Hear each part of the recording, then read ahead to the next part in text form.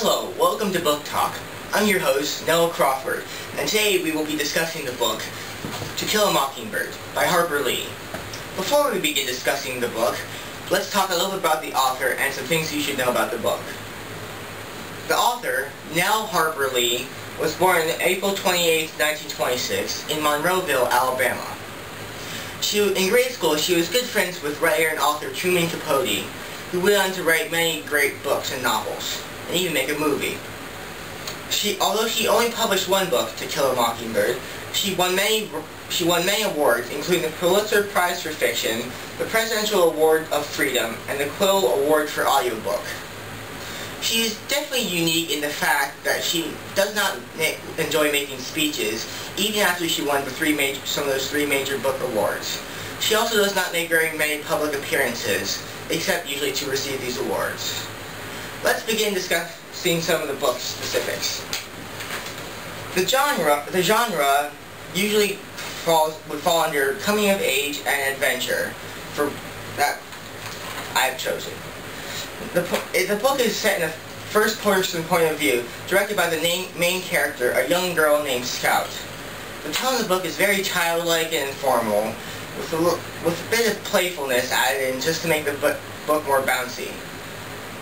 Okay, let's go to our guest, Amelia Swan. Hello, Amelia. Hello. How are you doing today? Good. Alright, good. Let's discuss To Kill a Mockingbird. So, let's discuss some of the main characters. How about Scout? Scout is a young tomboyish type girl who wears overalls a lot. Really now? That's very interesting. Let's also discuss Atticus, who seems to be her father. Atticus is an older man who is cheerful and playful, but has an air of sophistication. Later, when Scout is older but tries to sit on his lap, he says that he is too old for her to be doing that.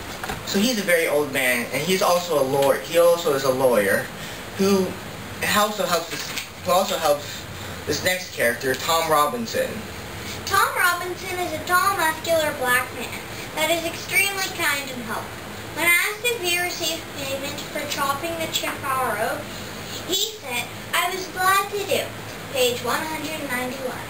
Let's look at page 191 to continue the quote that Miss Amelia began.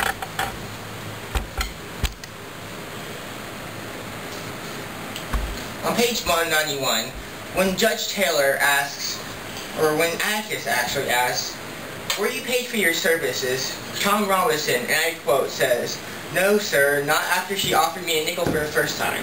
I was glad to do it. Mr. Ewell didn't seem to help her none, and neither did the children. And I know she didn't have no nickels to spare."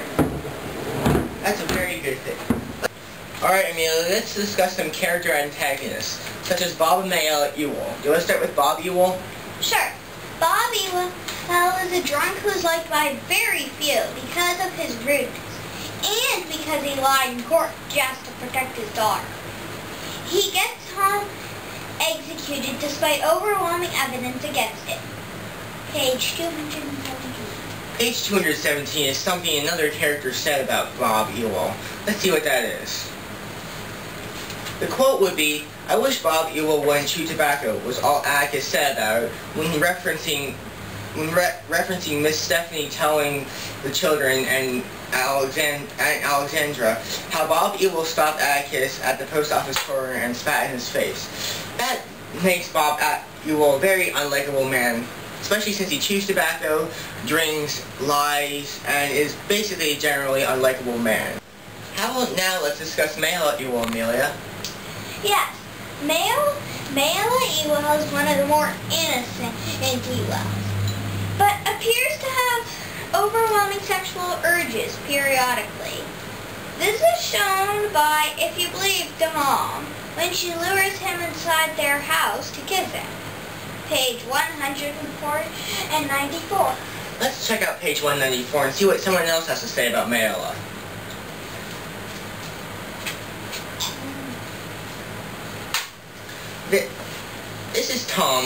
This is Tom recounting what happened the night of the alleged rape, and what Mr. Ewell says to Mayella. He says, "You bleeping whore, I'll kill you." And then Atticus says, "Then what happened?" "Mr. Finch, I was running so fast I didn't know what happened." And then Atticus asks, "Tom, did you rape Male Ewell?" And Tom says, "I did not, sir." Dignifying that while Male Ewell may have sexual urges, she can still get away with things despite the fact that she's a white woman.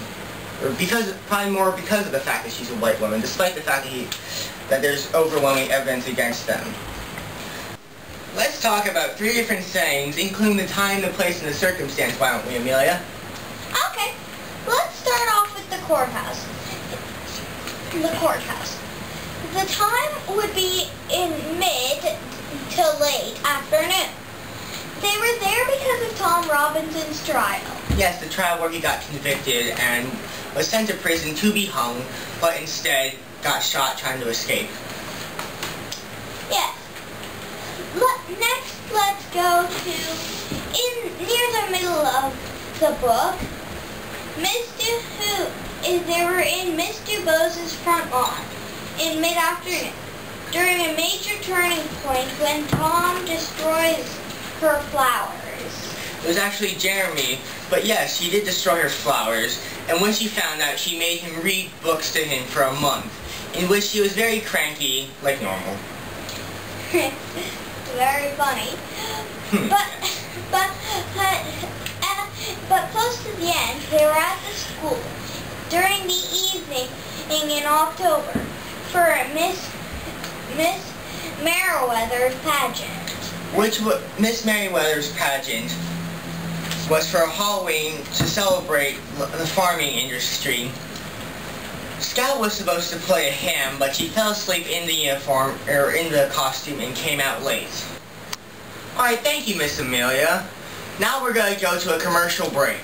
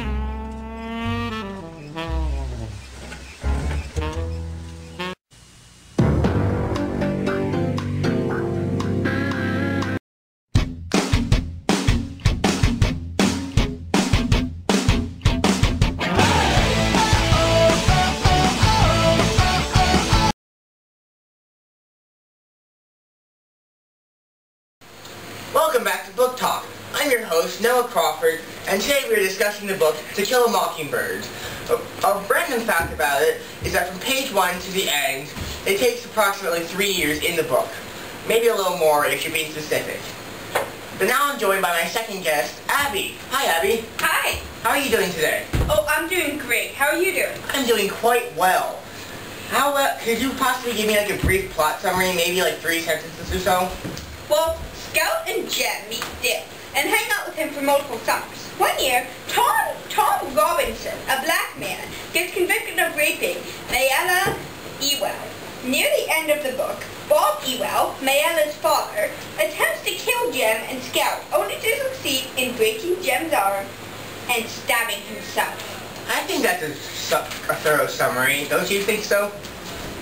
Alright, that's good.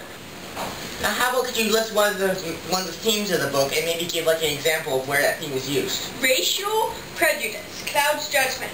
An example is when Tom Robinson gets convicted of a crime despite overwhelming evidence against him. Well, yes, Tom Robinson, the black man, does get convicted of a crime, even though he really did do it. I believe, at least. You may have different opinions, but I believe that he did not do it. Could you maybe give an example of a motif, Abby? Yeah. People often get misjudged wrongly. An example is how they thought Boo Radley was dangerous, but he was actually very nice. Yes, Boo Radley did end up saving them just after Bob Ewell came and started attacking them after their Halloween pageant. Sorry. How about an example of a symbol? The gum in the knot hole symbolizes that the sweetest things in life aren't always expected. That is very true. Now, Abby, I understand you're a bright young woman, but there must be some vocabulary words in that book that you must not have known. Well, one of them was divinity. Really? That's interesting. What is divinity for our readers and audiences? Well, it's a noun, and it means like godlike. Really? Godlike? Where is it found in the book exactly? On page 257, it says, we each brought a sack of homemade divinity. I do believe Scout said that when her and Cecil were at the Halloween festival and they were shopping around before the pageant. Well, I imagine there must have been another word in there that you didn't know. Well, tenterhooks. Well, I don't know what tenterhooks means, and I imagine some of our viewers don't know what tenterhooks means either. Could you explain for us, please? Well, it's an idiom, and it means a state of suspense. Really? Where is it used in the book at? On page 87, it says, I waited on tenterhooks for Uncle Jack to tell Atticus my side of the story. I imagine that was probably back when Scout attempted to beat up her cousin, but she got caught doing so. Alright, well thank you, Abby. And that concludes today's book talk on a discussion of To Kill a Mockingbird. I advise you to go pick up a copy of this book and read it at your own leisure. Thank you, and we'll see you again.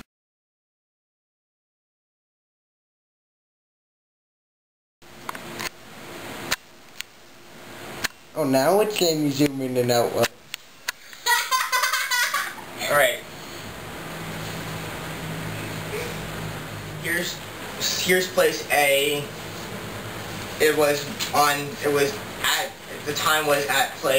Was at time A, and then... She said, I don't know, well, you can go play with Baldy over here. Wait, no. Today we are joined by our second guest, Abby! Cricket. Cricket. Cricket. One year, Tom Robinson. Hi, Abby. How are you doing today? I'm doing great. How are you doing? I'm doing quite swellly.